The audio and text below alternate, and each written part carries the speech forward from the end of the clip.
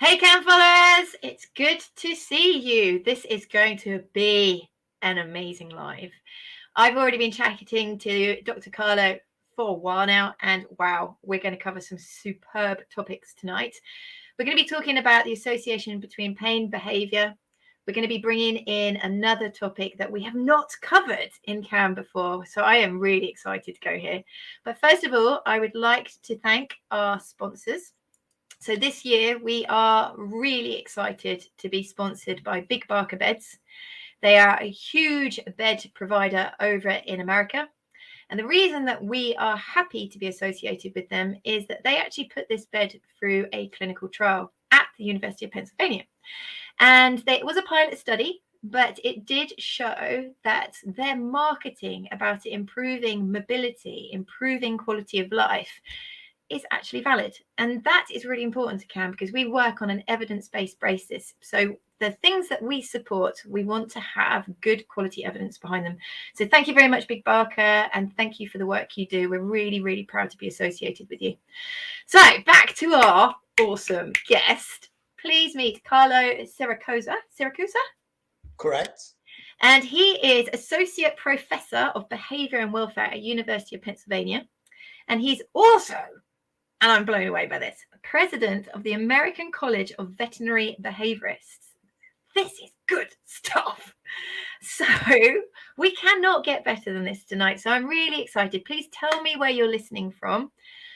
If you're going to have questions, and I'm sure there's going to be plenty, please get them in early and we will do the best we can. But I can imagine tonight is going to be quite frenetic. So we will try and cover questions as best we can, and hopefully we might be able to answer them later. But let's start from a numpty standpoint, from the beginning standpoint. I'm just a first opinion vet. And it's been kind of later in my career that I've realized of the link between pain and behavior. And there was quite a pinnacle study, a review that came out in 2020 called Pain and Behavior. And it was by the University of Lincoln. And it was looking at clinical behaviourist caseload in and around the world. And the figures were outstanding. So they looked at around about 20 different clinical behaviourist caseload. And it could be anywhere between 28% of their caseload and 82% of their caseload had some association with pain and this unwanted behaviour or concerning behaviour. So I'm going to stop talking. I want Carlo to introduce himself, and then I want to crack on straight there and go, what do you think about that? Hello, everybody. Well, I don't know if you cannot get better than this tonight. Probably a Netflix show would be more entertaining than I am, but I try to do my best. So...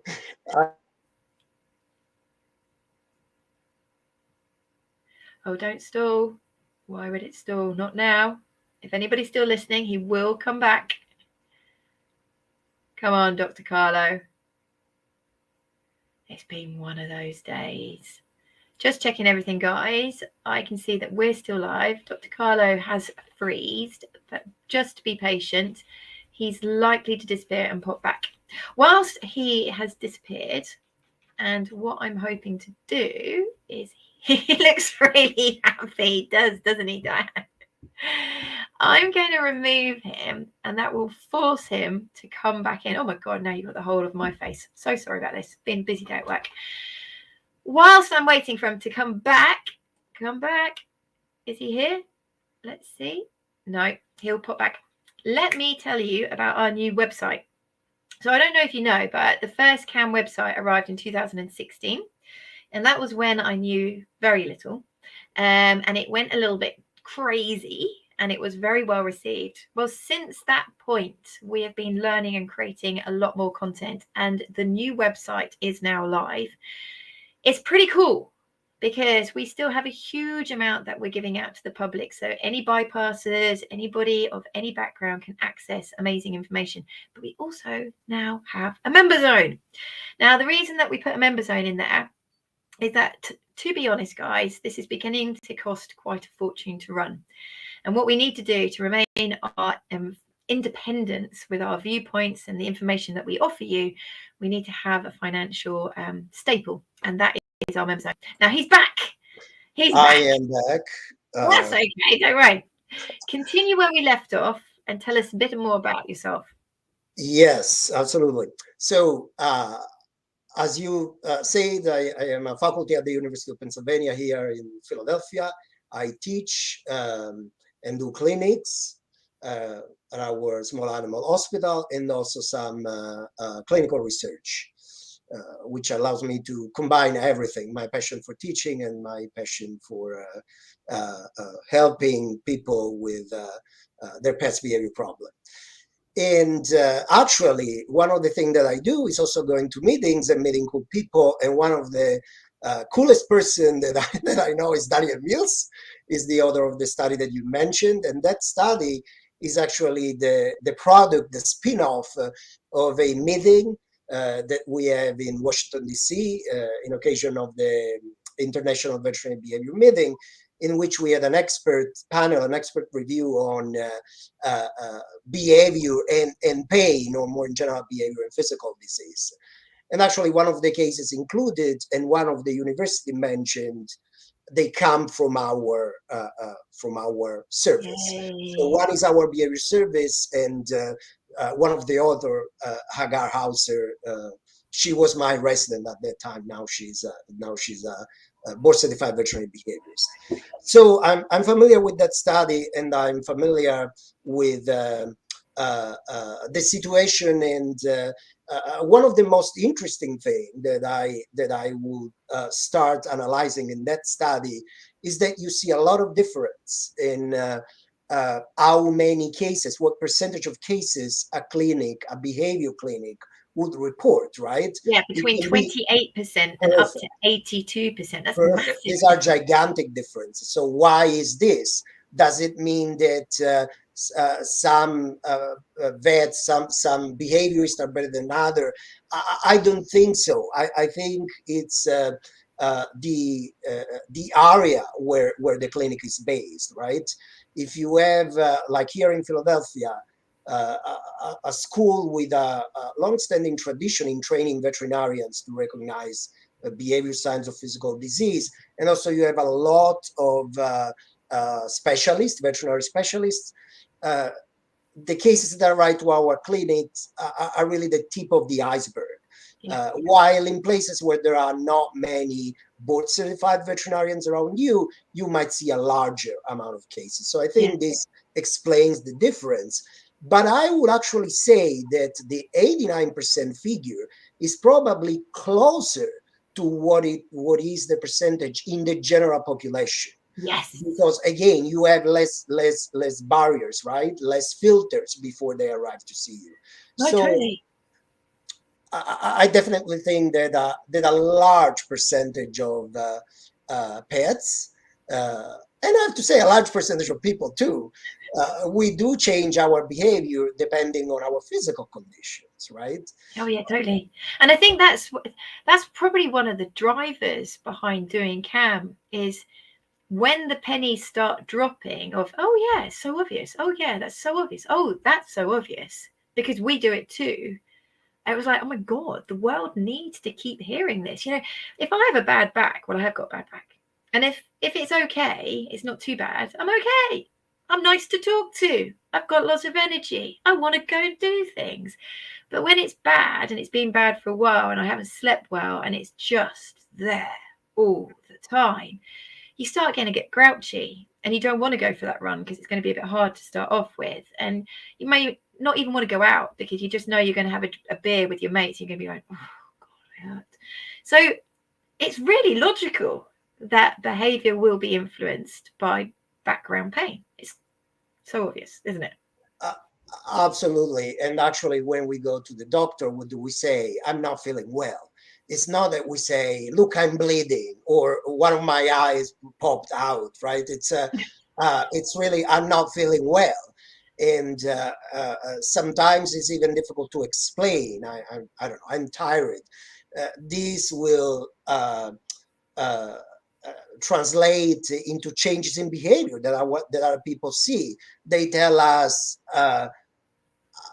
what's wrong with you today? Like, I see that you are not your usual self. And many times the answer is, I'm not feeling well, right? Yeah. So it's exactly the same thing for our pets.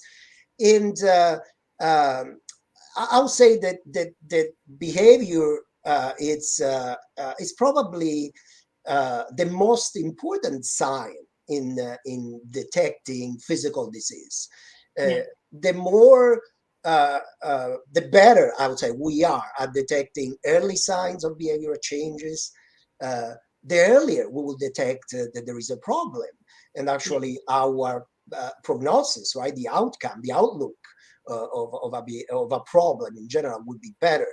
And in my experience, pain is the big one. We tend to think to very weird stuff like I don't know, brain disease when the behavior change, but this is very, very, very low actually in the scales in the top 10 causes of behavior changes. Like pain, I would say, is probably number one. Definitely. And what it fascinates me is the relationship between these two things. Research is moving forward fast, and is discovering that actually it's not that our behavior changes just because we don't feel well, but there is actually a common physiological origin. That is what causes the feeling of pain and the experience, the emotional experience of pain. Because again, I don't want to be too technical, but the sensation is actually nociception, is what arises from the receptors. But the experience of pain is a much more profound experience, which is central. It's the way in which we live pain. Can we just pause there and just recap that? Live pain very dramatically. I think, okay, for people that are new to CAM, very, very quick, like 101. Pain is within the brain. Until it reaches the brain, it's called nociception. So that's the physiological transmission of a deleterious event, something bad in your body. The receptors go, something bad's happened. It sends a signal all the way up your peripheral nerve to your spinal cord, up your spinal cord, and then it hits your brain. And once it hits your brain, you have a number of things go on, but your emotional and cognitive come into play, and they create your pain experience. So my pain experience will be very different to Carlo's pain experience. It might be when I stub my toe, I've stubbed my toe on the same door frame 100 times, and I'm so angry at myself for making the same mistake again that it actually feels worse because I'm angry and frustrated at myself. Whereas Carlo might have just come to my house, never stubbed his toe before, but he's only met me for the first time, and he's hugely embarrassed that he stubbed his toe. And he'll go, oh, that's not painful, and I've never done it before, and I'm probably never going to do it again. So it's actually okay. So the same event causing the same trauma can create a completely different experience and presentation. Yeah, there you go. That's the 101. Back to you. Absolutely. Yeah. And we actually have now some evidence that this relationship is related to the fact that the mediators who transmit the signal, right, from the periphery to the brain, they are common to pain and behavior. That is, many of these substances, there are some, for example, that are called cytokines that mediate inflammation. They will actually activate both a pain response and a behavior response. Right. So it's very interesting. So there is really a very strong link that is deeply rooted in things that are happening in our body. It's not something out of the blue. There is a really strong basis in our body for these changes. And it's important, isn't it? Because, you know, if something painful is happening, it's telling us something is wrong, and it's telling us that we need to do something about it. So our brain is designed to be alert to this and to be in a position to learn from it, act on it, reflect on it, so that we don't go there again. so that we can live comfortably for as long as possible. So one of the statements from that Mills paper is pain is often complex, but always logical. And I thought, yeah, man, there is. When you think about it, it makes sense why we would have these behavioral responses, which leads me really nicely into let's getting some real life on this. I would like you to talk through a couple of cases, pick a few that you've seen that you think are really classic examples that you would love our followers to go away and tell their friends, so they will tell their friends, and these dogs will receive the help that they need. So pick 2 or 3. Okay. Well, we see so many different presentations that it's very difficult to choose, and this speaks to the magnitude of this problem, right? It's not just one thing. But I would say that if I should pick one, definitely on my first would be changes in behavior that result in aggression. So dogs that are becoming more aggressive. And we see a number of dogs that they either do become more aggressive or for the first time ever, they show aggression. And what definitely raises our attention is when there is a change in the pattern of aggressions. For example, when dogs tend to be very defensive, right? What people will call a submissive posture. But I want to make clear to people that there is not such a thing as submission in the sense I'm submitting to you, you can do whatever you want. This actually means give me time and space, right? Please don't keep going with this because this is hurting me. So when you see that posture, is actually time to stop and think what might be causing that reaction. And especially if this is not typical for your dog, and if it tends to happen very suddenly, right?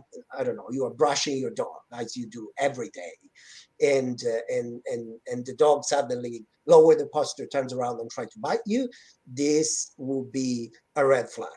Absolutely. So talk to your vet. And the first thing to do is a nice and thorough physical examination. So this is number one. Don't become confrontational. Do not start a fight with your dog. If your dog suddenly is aggressive, or if it's more aggressive than usual, most likely there is a problem. It's not feeling well. Yeah. Can I butt in there and just say a funny story? Because a lot of people, as you say, they do have a tendency to feel that they've got to have now the upper hand. They've got to get control of the situation. This is not acceptable. How dare you do that? Do you know who I am? And you're like, no, they're asking for your acknowledgement that there was something really wrong. And I'm so sorry that I shouted at you, but I needed you to hear me. And my mum and dad used to have some friends, and one was Greek and one was Spanish. They were a married couple. And you would always think that they were fighting, because the way that they spoke to it was so animated, and they really had to get their point across. They were really telling each other what the problem is. And I grew up thinking, why are they married? They don't like each other. And then I was told that actually, they're a really happy couple, but that's just how they communicated. And I always think that now, when a dog turns around and kind of snaps, I'm like, they're communicating really loudly. They're shouting, please don't. Is that fair to say? Because I always am on the dog side personally. It's absolutely fair. Like they are like young children, infants. Like they don't have the possibility to express themselves, and that's the best that they can do. And probably another thing, probably they send subtle signs before resorting to biting. But we are not trained to detect these subtle signs. And why? Well, because we don't dog to doggy school, right? So that's normal. People should not feel guilty for having missed these signs. It's definitely a good thing to learn what the signs are, but probably the dog has tried already to communicate, I'm not happy with this, I'm not happy with this. We miss subtle signs. And then their only resort is, look, you have to stop. And if you don't stop, I might bite you, but not because I'm a bad guy. You're actually the bad guy. That is yeah, because you're hurting me. Right? That's a really good point. Okay, so another little tangent. These are little snippets. One of the things that we teach at CAM is the multimodal approach to OA. And depending on who you talk to about this multiple prong approach, some people focus very on the drugs, multiple drugs. Some people might focus on the drugs and the integrative therapies. But when we're talking in CAM, another really important intervention is listening to your dog. And if you're not listening to your dog, so put your phone away when you're walking, watch them. When you're at home, turn the TV off, spend time with them. Because getting information and looking at what they're telling you is going to mean that you can tailor your treatment plan and you can get it right. You can look at the subtleties of what they're saying and suggesting and go, oh yeah, that's changed, that's not changed. I think he's still sore, he's still doing this. He started that when he was in pain. It's not really quite gone yet. So please see that as a really important intervention. It's a must. And that's the same with, as you were saying, when we have dogs, you were really kind. I probably won't be that kind. How are we supposed to know? When you take on a dog, I personally feel that we really should take time to learn. Yeah, I will say one more thing before getting into what we have to learn. But I always encourage people and my students to keep in mind that the behavior that we see during the veterinary visit most likely is not the everyday behavior, right? Your dog will feel vulnerable. It will go into either a fight mode or just freeze, not do anything. So the changes that you have a feeling that they are happening, they might be invisible to the veterinarian. So it's really the caregiver that has to observe all these changes and have a good recollection to share with the veterinarian. This will make the job way, way easier. And what are these changes? Well, a lot of changes. Keep in mind that there are no specific signs of pain. That is, the signs that you see, they are signs in general related to stress, to discomfort, to fear.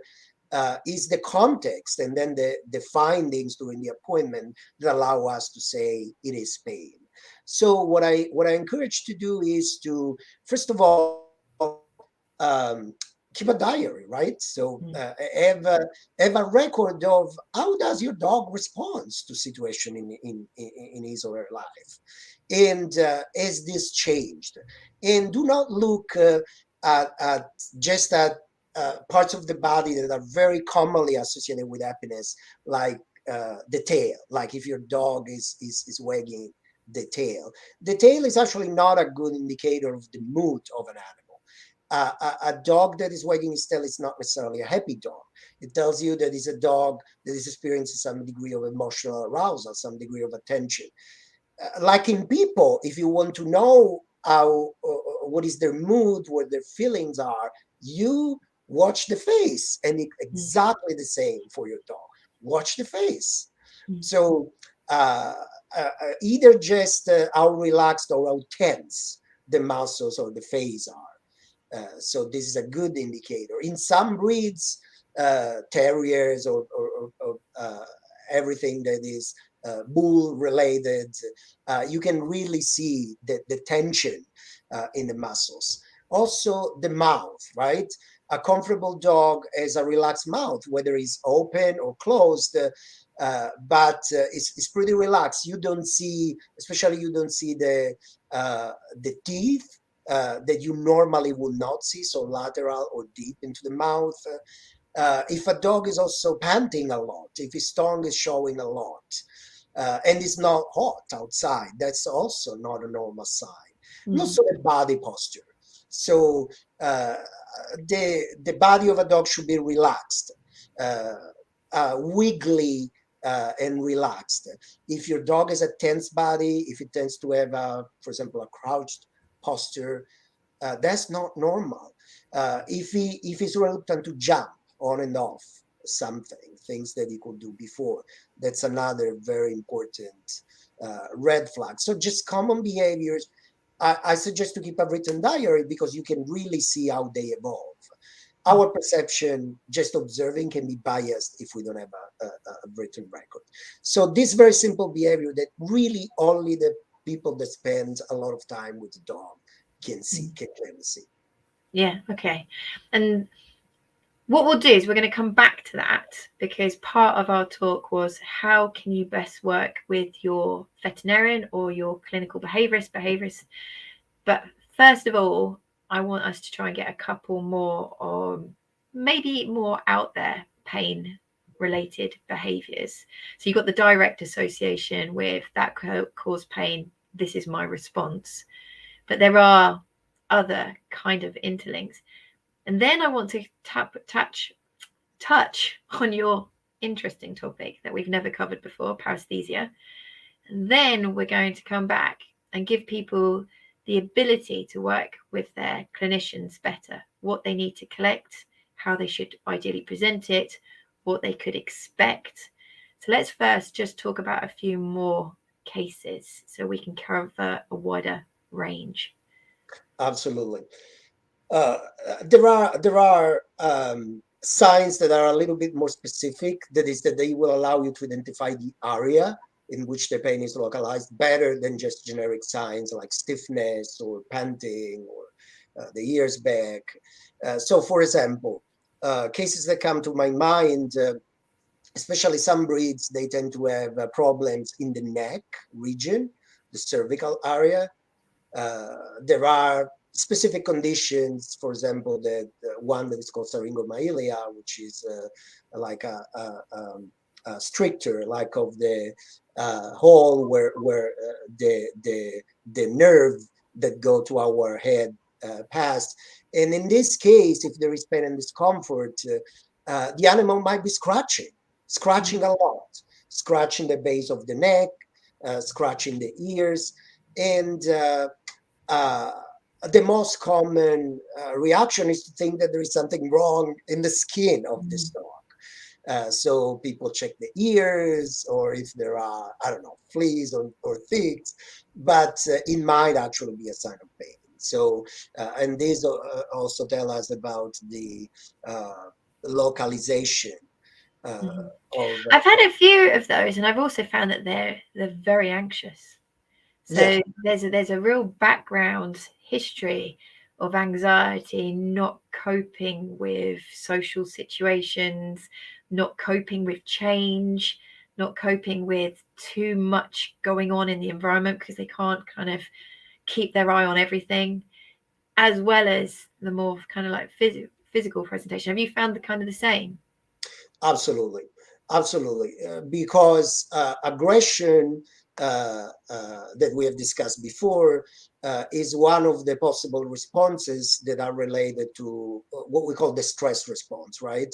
Which is at the base of anxiety, fear, aggression, but also behaviors what we call displacement behaviors, that are fidgety behavior, like things that they look weird, that they don't make sense, like circling or pacing. They are all rooted in this activation of, which again is central, right? It's in our brain, is the center of our emotions that gets activated also in case of pain. And so it generates a lot of anxiety. What is anxiety?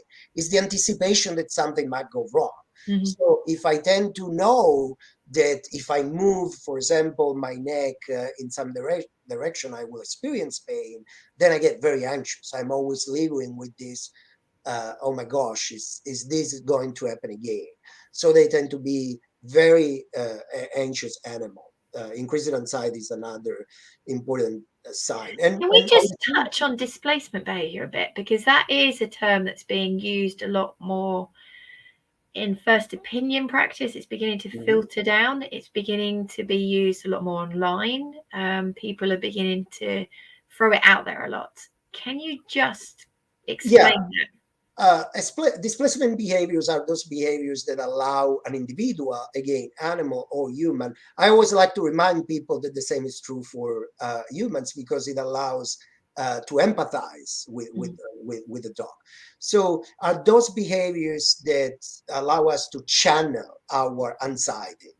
And I don't know, we are the doctor office in the waiting room, we are waiting for a possible negative diagnosis, and we stand up and start to pace back and forth. It's not that we are training for the marathon, it's that we feel that our anxiety is growing and we need to channel it, to direct it into an activity that will not put us in trouble. So this is what displacement behavior are.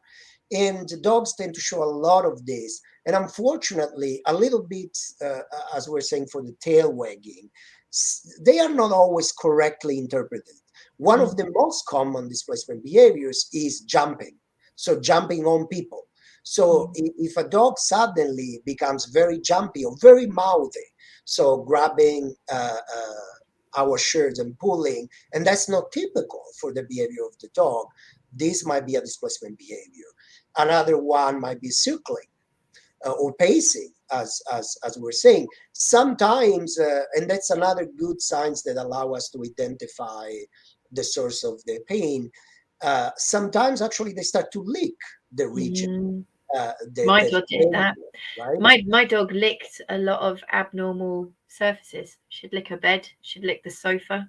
Yeah, and the floor. this is what we call displacement behavior. So sometimes it's so severe that they actually cause injuries to their own body. So these are all very important behaviors. There are more subtle behaviors. I will not call them exactly displacement. Some clinicians do call them displacement, but for example, if you see that your dog is doing a lot of yawning, a lot of licking the tip of the nose or the lips like this, and sometimes it comes in a sequence, like this is a sign that your dog is getting anxious. But these are pretty subtle. Luna does one. Okay, Luna's one is she's smacking the she does it when she's like, have I done anything wrong? Who are you? This is a bit stressful. Yeah, these are depending on the context. Sometimes they are what we call also signs of reconciliation or increasing distance signs. For example, if we go to the case that we were making, right? You are combing or brushing your dog, and suddenly your dog growls and tries to bite you. Immediately after, you might see that your dog might do something like this, yawning, like blinking, this smacking of the lips, the ears go back. These are like, oh, I didn't mean to, right? It's not to hurt you, it's just to let you know that I'm not feeling well. So there are these behaviors that communicate to the human to not engage in a fight, because that's not my purpose. Yeah, I think that's another thing that I'd love people to take away. Dogs generally don't want a hard life. They're pretty peaceful, man. They're hey, no conflict here. Hey, yeah, and their communication is just beautiful. It's just beautiful. And the more that I'm learning, and I am not a behaviourist, I have that amount of knowledge. Sometimes I think we blink and interfere, and they're already sorting their shit out. They're okay. They're like pulling on leads. No, get your dog away. Right. And you're like, no. They had already communicated all that. It's okay. Their language is beautiful, isn't it?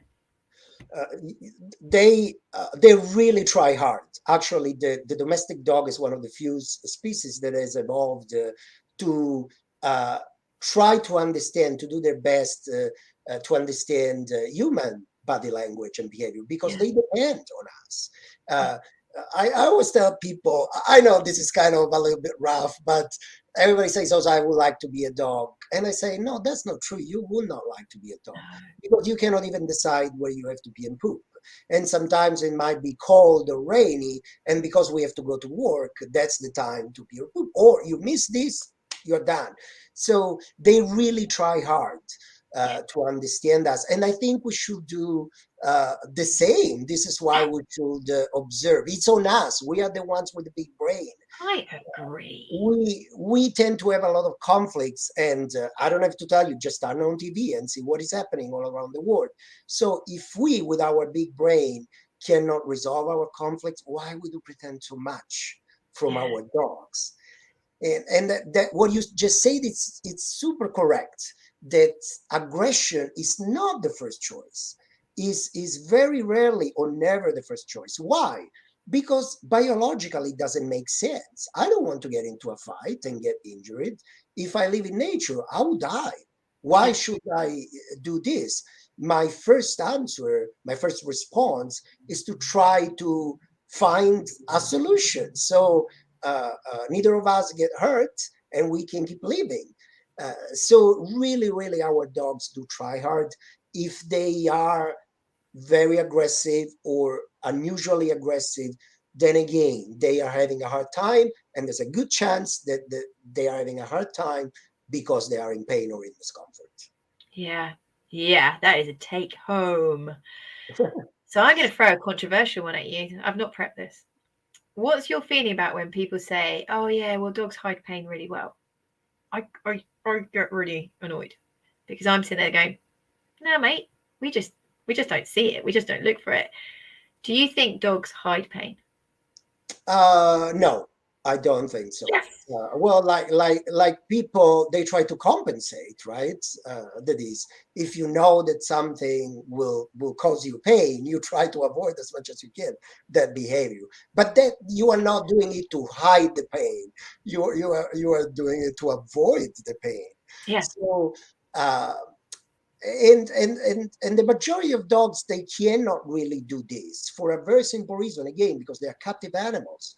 They cannot decide, you know what, today I'm not going to the dog park because I'm not feeling well. Because the human will come with the leash, all happy, we're going to the dog park, and they are forced in a certain sense. So it's very difficult for them to avoid uh, um, the situations they would like to avoid. So they try to compensate, and when they can, they go into the standby mode. But again, they are not hiding the behavior. If you are a good observer and you just observe their routine, the things that they keep doing, they are showing the signs. And if they're being unruly, they are crying for help. This is what they Love are. that. I'm going to take these snippets and just scream them. So, okay, let's now go on to something a little bit more practical. Let's go on to, we've touched a nerve, how appropriate phraseology, with somebody that's listening, and they've now thought, do you know what, I need to get this looked at. And one of the things as a first opinion vet is they often come to the first opinion vet first as a first port of call, and they arrive and you're a little bit, this is a 10-15 minute consult in a highly stressed clinic. I've got blood reports, I've got reception on my back, I've got 3 clients waiting, and the amount of detail I need to take in about what you're telling me, just not possible. And there's no videos, there's no photos, there's no history, and people are kind of expecting that it's going to be quite a simple answer. I would like to take this opportunity to say, please set your expectations. Your first opinion vet is your first port of call for a possibly long journey. So please bear that in mind. It might be your first opinion vet takes your history, looks at videos, looks at photos, listens to it, starts bringing it together, will do the background checks looking for physical health. So they might do a blood sample, a urine sample. Hopefully they'll have the opportunity to do a full clinical examination. But that's just the beginning, and you need to give them that data. Do not be surprised if they then, having collected that data, found nothing, they say, at the moment, we can't find a physical concern. However, it may appear later, but now, we need to go on the next. Is that fair to say? It's fair, is 100% correct. This is a teamwork, right? And it's a long run. And I always tell to my students that first responders or primary care vet, they are our sentinels that are all over around. When dogs come to see me, probably they are at an advanced state, or the problem has already been reported by the primary care vet. So sometimes monitoring, this is why I was suggesting to have a diary, because you can actually see the evolution of the problem. Sometimes you see signs that are compatible with, but you cannot confirm that that is the problem. This is why I don't like to say, that's another thing that I started to tell my students a lot, that I don't like the wording, there is no pain. I don't see signs of pain, or I don't see signs that are compatible with pain. Or I see these signs that might be compatible with pain, but I'm not finding the source of pain. So it's we are still two different species, humans and dogs. Do you know, I love the fact that you said that, because I've started saying the same, in that when people go, oh, we're going to give this medication, make him pain free, I'm like, nah, mate, I'm sorry, that's one hell of a bold statement, because we know we're not good at detecting pain. We would like, with our intervention, to reduce the pain to a point that that dog goes back to a comfortable life, but we don't know if there's no pain. Is that fair to say? Yes, and I actually did a study when I was doing my PhD, and we studied perioperative stress. So what happens during a surgery, and we choose elective surgery, like spaying and neutering, something that many dogs do get. And veterinarians say, oh, we do thousands of that, no problem. Your dog will be fine in 1 day or 2 days. Yeah. But we actually found that even when you use anti-pain medications for the surgery, there are still small changes in behavior that are an indication that your dog is having problems. So, for example, we saw that the reluctance to change posture, how fast dogs are from standing to sit and vice versa. So this is one of the things that tend to disappear later. That is, really a dog should be comfortable. Now, let's keep in mind that we are talking of two surgeries that cause some abdominal pain or inguinal pain. So it makes a lot of sense. But it might be the same for other types of pain. So, for example, hip dysplasia, probably one of the most frequent problems. Because your dogs can now walk with you, it doesn't mean that it's pain-free, right? Yes. So we really have to observe these small things, how slow a dog is to change posture, even if it can't.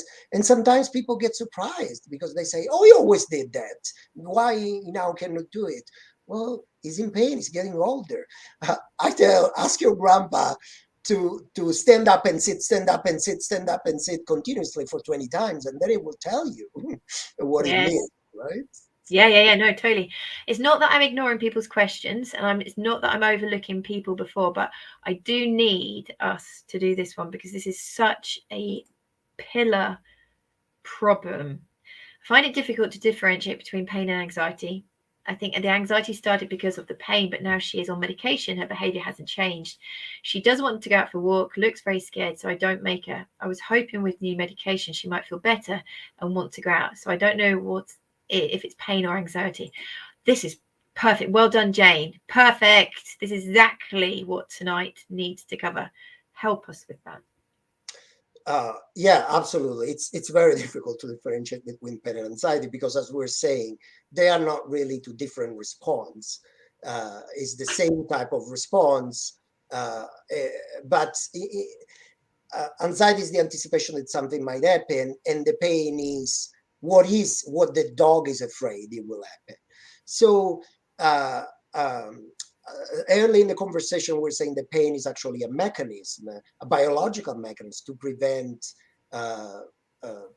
to get again in that situation, or to prevent that my wound or my fracture get worse. So that's a normal response, right? The brain of the dog has been selected to act this response, to make the dog alert and anxious, so he should not get in that thing again. However, there are different phenomena, right? Especially if the pain is chronic, if the pain has been there for a long time, then there is what we call sensitization. The brain develop a circuitry that just being in a certain context, it will trigger that anxiety, even if the pain has been removed or is minor. Of course, animals and people, again, it's the same. Individuals that have a history of being somewhat fearful or anxious, they would be more likely to show this, type of desensitization, or sensitization, sorry, the opposite. That is, they will really have the negative experience engraved in their brain, and they will be afraid that it might happen again, even if the pain is improving. However, the other possibility might be that the pain is not as well controlled as we think, right? Yeah. So that's the other possibility. Another, this is something that should be discussed with the primary care veterinarian. But sometimes we have seen that actually using an anti-anxiety medication might help. Also controlling the pain. Again, they have similar biological pathways, biological markers and transmitters. I can remember the case of a dog that had abdominal pain, which was related to chronic gastroenteritis, and using a specific drug, which is called a tricyclic antidepressant, which is a drug that actually has been reported to have both an anti-pain and anti-anxiety effect. It greatly improved the situation. So that's another thing that I would discuss with your veterinarian the possibility to use an anti-anxiety medication, maybe at lower doses at the beginning, and see if this improves the situation. But unfortunately, it's very common not being able to differentiate what is anxiety, what is pain. The longer the history of pain is, the worse it can actually be. So just to say from a first opinion practitioner point of view, for owners, I've been a vet for 20 years now, and I've been obsessed about pain management for about 8-9 years. And previous Hannah didn't understand about using multiple medications to control the complexity of the pain experience and the physiological transmission of badness to the brain for the pain experience. I was like, non-steroidals, that'll be okay. That's what you do. Done. And now I'm like, oh my God, there's so much more that we need to do. Now, it might be that you've gone to your first opinion vet and they've prescribed you a foundation intervention, and you've interpreted that as, well, that's the drug, that's all I need to do. And you haven't gone back and spoken to them and said, actually, I think we're there, but not almost. There's still things that aren't quite right. Go back to see your vet and ask them, what else is available to me? I'm seeing this, this, and this. Now, there's some tools on the website that are there exactly to help you. There is something called the suspicion of chronic pain, and it's designed like a crisscross. At the top, there's behavior change, 3 lines to write something. Postural change, 3 lines to write something. Capability and gait change, 3 lines. And physical changes, 3 lines. It gives you a chance to go to your vet and say, I'm still seeing this, so I don't think we're there yet. What more can we do? So that is there available. Go back to your vet and have another chat with them. But what I wanted to ask you is, has this lady got hope? Because this anxiety might be so learnt as well. So many things have happened that anxiety state and so many experiences over time with positivity and not experiencing negative stimuli in those contexts. Do we start to see change? So if we had a dog that went into one room and one day slipped on the floor and it hurt really quite badly, and they associate that room with that experience, so that room is pretty much a no-go zone, don't like being in there, would rather not go. Is it likely over time, if that room is full of goodness, that room is full of happiness, we have a really great time there, do they swing back the other way? Can people have hope? Yes, they do. And I'll say that at a minimum that there is room for improvement. And depending on the history, the age of the dog, the initial temperament, there are also possibility, as you were mentioning, adjusting the drug treatment, because some anti-anxiety medications, they work better for one thing, some other for another thing. So there is definitely always hope for improvement, and I would say the majority of cases they do improve. It depends on many factors, though. So it's much easier to do better for a young dog. The brain of a young dog is very plastic. It's a little bit like we say for kids, right? So now we are, the older we get, the more tragic we get about getting hurt. I'm tragic already. We were falling, standing up, we were bleeding and going back to play. And the same thing happened to dogs because their brain, it becomes, their brain becomes more rigid, and change it's more difficult. So there are several factors, but I will be hopeful and just see if multimodal approach also get some behavior help in terms of strategies to just approach the anxiety, not necessarily even independent of the pain. That is, what can I do, right? So my dog is anxious, feel a one of these toy that you can put food inside, a Kong or anything else, with something yummy, and try to redirect your dog minds. Provide one of those displacement behaviors that we're saying, but a legal one that is. I love that. I'm stealing that because we totally believe in licky mats, snuffle mats, Kongs, sniffaris, hide and seek, scatter feeding. But the fact that it's a legal displacement behavior, I love that. I'm gonna Again, pain is an emotional experience. If you improve the experience, the feeling of the animal will get better anyway, even if the inflammation and the source of pain is still there. That's good. That's really good. We're going to just cover this question, and then we're going to talk, I hope, briefly about pain trials, because it's quite a hot topic. So this lady's just said, my dog fell out of bed, hit her back against chest drawers. I took her to the vet and they found nothing. However, she still has a shimmy effect when I lightly touch her fur between her shoulders. Her skin actually twitches. She automatically brings her hind leg up and makes a scratching motion. No skin issues, no fleas, no ticks. Wonder if this is a nerve issue, a pinch. She also has a facial grimace when I touch the spot. Yeah, a couple of things here. One is that the inflammatory response or the allergic response, which in the end will cause inflammation too, they tend to last longer than the presence of the parasite itself. And then what this person said about if it's a nerve thing, right? There is also this component. Sometimes when you remove the stimulus that cause pain, if the feeling has been going on for some time, the nerve pathways, they are still very sensitive and they can cause the same problem. Skin twitching is actually a sign of what we call hyperesthesia. So definitely, yeah, the dog is responding in a more exaggerated, intense way to being touched. Again, I would discuss this with the veterinarian and see if there is anything that we can do.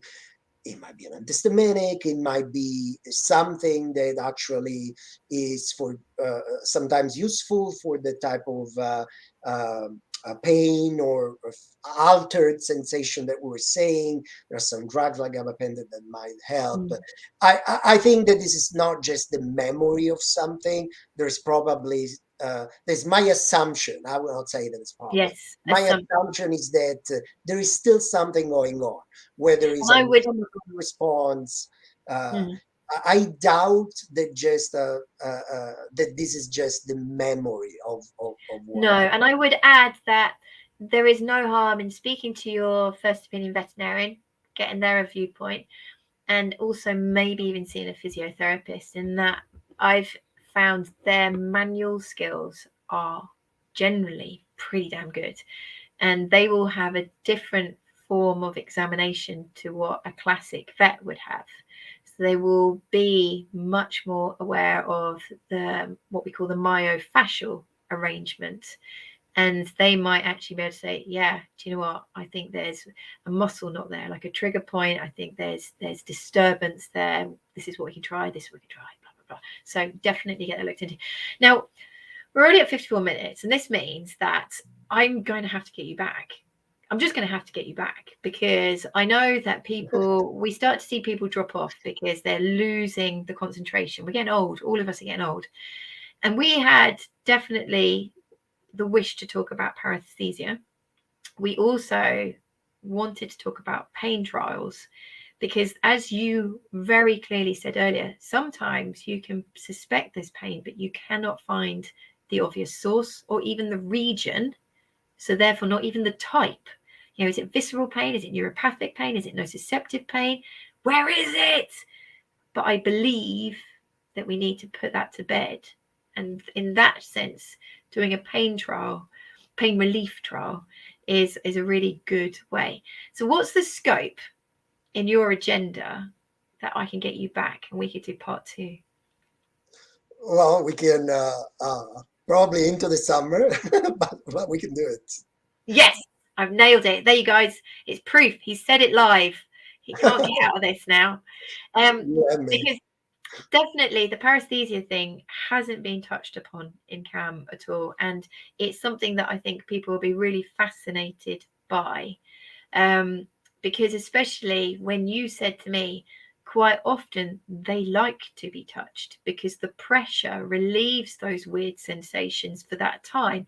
So then your brain says it can't be pain because they're enjoying the intervention. So it can't be anything. But actually, it could be pins and needles. It could be itchy. It could be burny. It could be weird sensations that when they're not being touched in their day-to-day can drive them crazy, can really aggravate them, can leave them frustrated and anxious. And that is a topic that I need to do on CAM. So we're going to do 10 top tips before we go. And we're going to find a date and I'll shout to the world that the amazing Associate Professor of Behavior and Welfare from the University of Pennsylvania is coming back. But can I please get you to do 10 top tips for me? So I'm going to start with number 10. And this is for arthritic dogs, your average dog owner with your average arthritic dog. Tips that you feel are really helpful to them. I'm going to start with number 10. My favorite: more rugs, less drugs. Dogs like traction. And if they're becoming weak and disabled and painful, having slippery floors is not their friend. Number 9. Well, I stay on that line, the same line, and I would say that always keep an eye also on the environment around your dog. And for example, for a dog, it's not just a matter of surface, as you say, but even the change in light condition, going from a very bright environment to a dark one, they might be afraid to just step in because they and we see all dogs can see in the dark.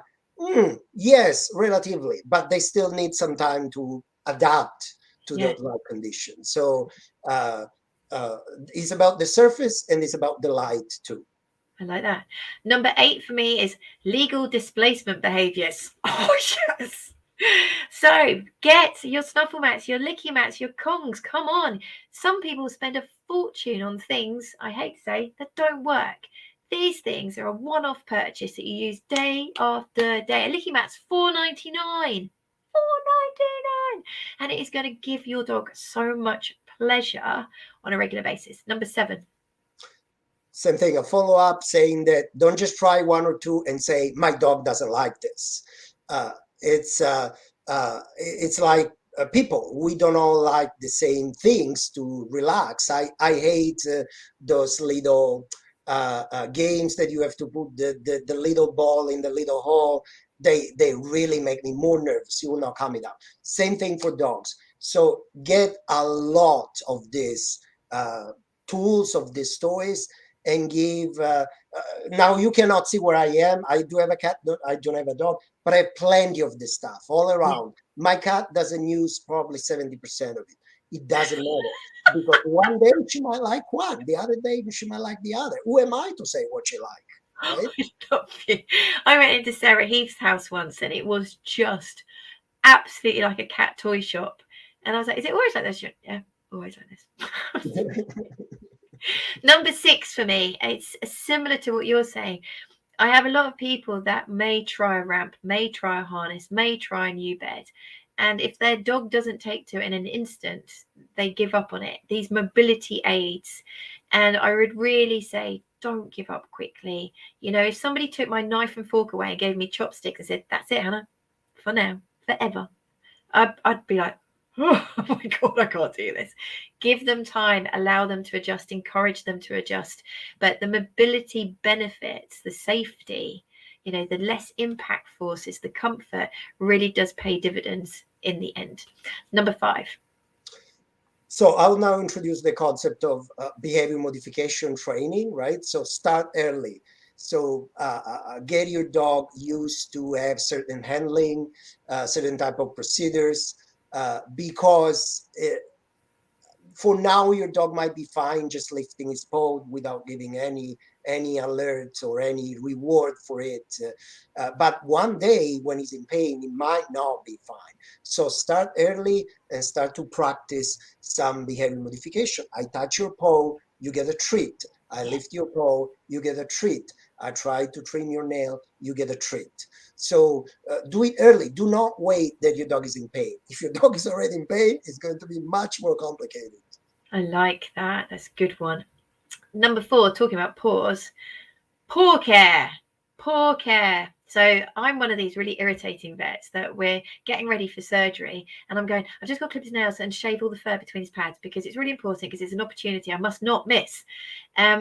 Keeping those pads available to offer just a little bit of traction, because they're not suction cups, they're keratinized surfaces. They're not great at gripping, but if you put a lob of fur on top of them and long nails, hopeless. So please think about their paw hygiene. That's what I'm going to call it, paw hygiene. Number 3.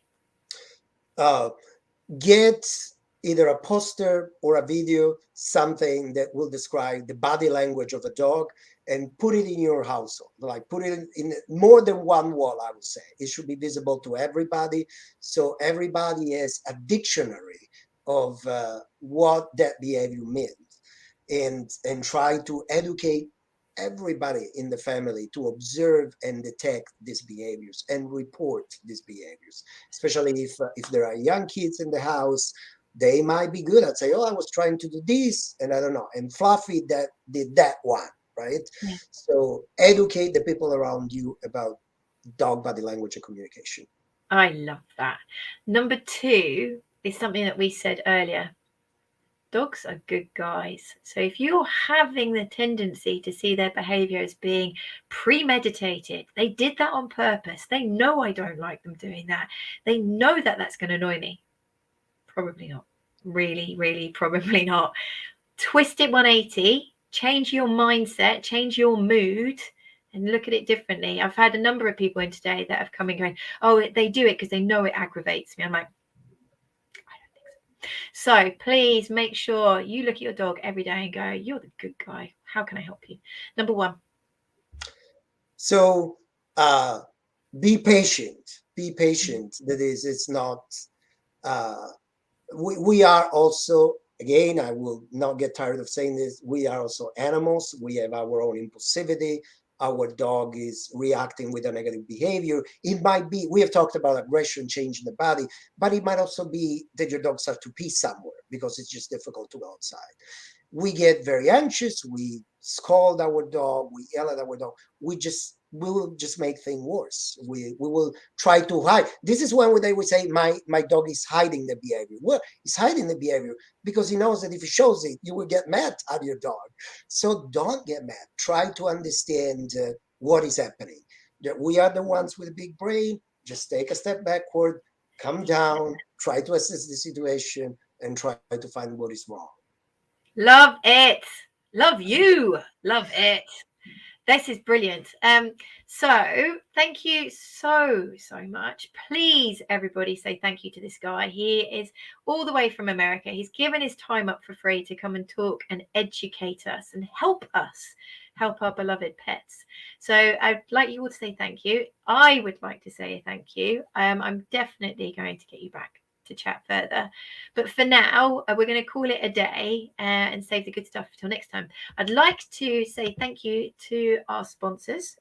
As you all know, Big Barker is our sponsor for 2022, and we're really grateful for all their support. We really would be struggling right now if they hadn't stepped in and said, come on, we can do this together. So if you are looking for an addition to the family household and you're looking for a really good quality bed, I really do endorse this product. I've got one myself, and I actually sleep on one myself. So until next time, thank you. You're amazing. And thank you guys for listening. And we will see you all next week. Take care. Thank you all. It was fun.